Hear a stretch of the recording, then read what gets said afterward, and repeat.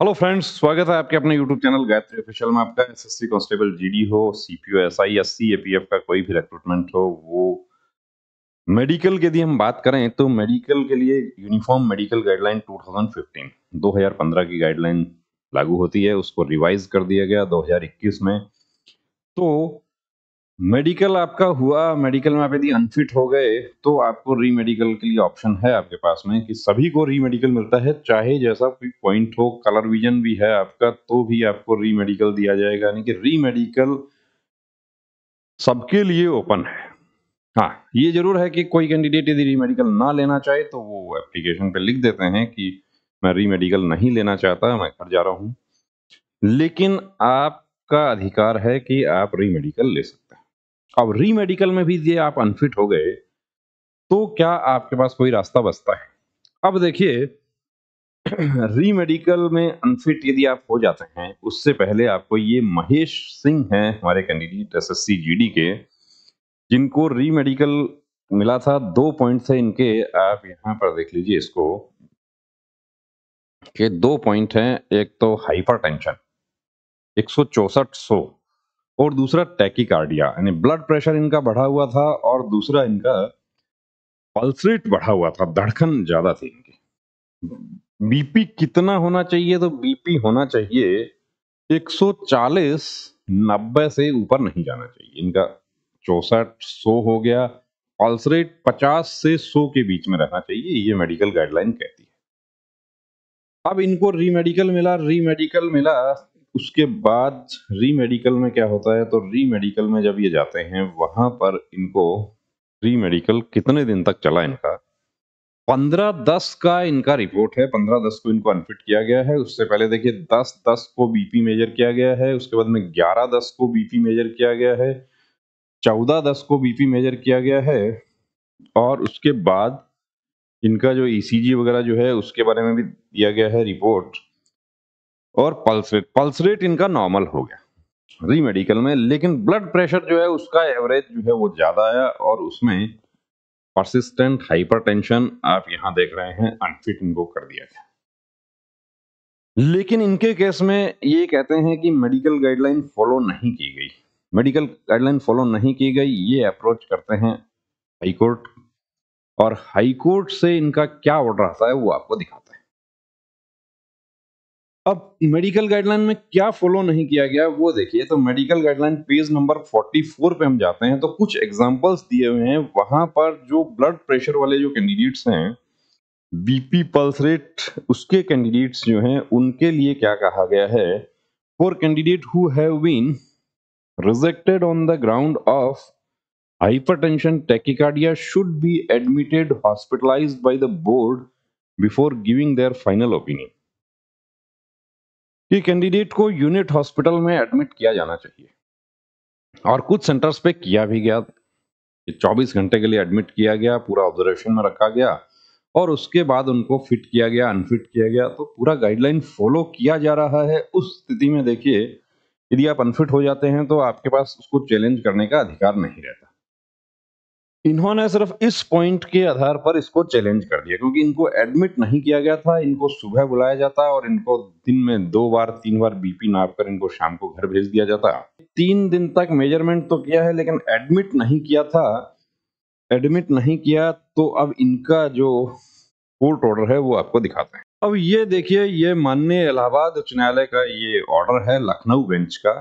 तो यहाँ पर क्या कहा गया है? पार्टीज कौन है? ये देखिए, महेश सिंह है पिटिशनर, और दूसरा है union of India ministry of home affair through it's secretary and 3 others. अब वो 3 अदर्स कौन है? उसमें एक पार्टी जो है वो कमांडेंट 3rd बटालियन एसएसबी, जहां पर इनका मेडिकल रिव्यू मेडिकल हुआ था, वो है।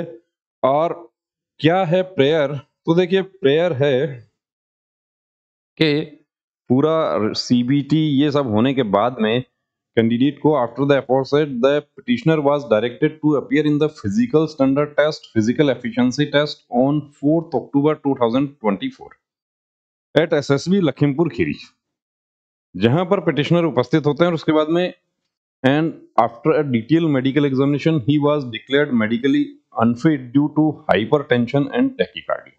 ये हाइपरटेंशन और टैकीकार्डिया की वजह से इनको पॉइंट बन गया इनका, और accordingly his candidature was rejected on the aforesaid grounds. अब यहाँ पर पिटिशनर के जो एडवोकेट हैं वो कहते हैं, learned counsel for petitioner in the present writ petition has submitted that respondents have not followed the guidelines for recruitment medical examination।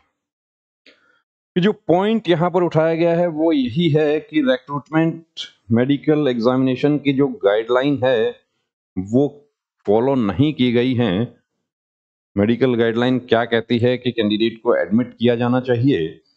Revised guidelines as on May 2015 by Government of India, Ministry of Home Affairs, it is stated that according to the said guidelines, the provision pertaining to review medical board in sub clause 3E provides as under।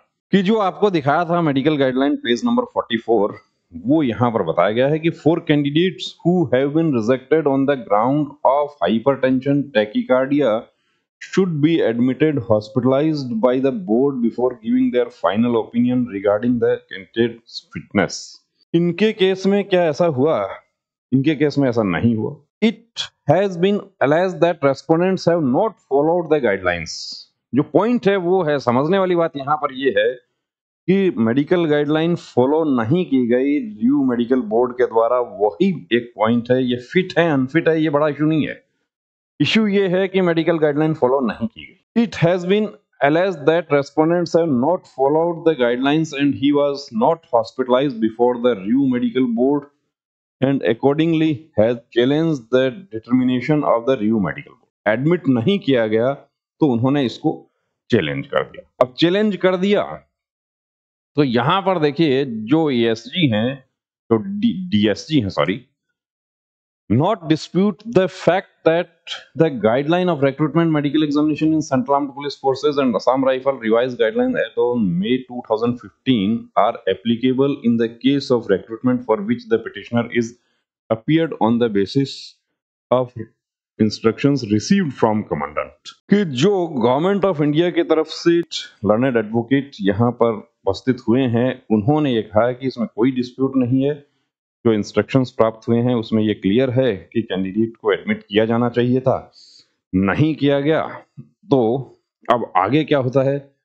Accordingly, for the reasons above, there is no reason for keeping the writ petition pending and with the consent of the parties, the writ petition is disposed of, giving liberty to the petitioner to move a fresh representation। ये देखिए जो बात आती है कि representation, कि आप लोग कहते हैं कि अनफिट सर्टिफिकेट में ये लिखा रहता है, फिट अनफिट जो भी सर्टिफिकेट है रिव्यू मेडिकल बोर्ड का जो सर्टिफिकेट दिया जाता है उसमें लिखा रहता है कि किसी तरह का कोई रिप्रेजेंटेशन एक्सेप्ट नहीं किया जाएगा। लेकिन यहाँ आप देख रहे हैं कि माननीय उच्च न्यायालय की तरफ से आदेश पारित किया गया है कि फ्रेश रिप्रेजेंटेशन लगाया जाए रेस्पोंडेंट्स को और उसका निस्तारण किया जाए। अब निस्तारण कैसे होगा? तो जाहिर सी बात है कि निस्तारण जो है वो तो इनको एडमिट किया जाएगा, री मेडिकल होगा इनका निश्चित रूप से। फिट होंगे अनफिट होंगे वो देखिए एक बोर्ड जो है वो डिसाइड करेगा। लेकिन यहाँ आपने देखा कि रिवाइज मेडिकल गाइडलाइन फॉलो किए बिना यदि कैंडिडेट को अनफिट किया गया है और उनको है जानकारी कि मेरे साथ गलत हुआ है, पूरा प्रोसेस फॉलो नहीं किया गया, चैलेंज किया उन्होंने।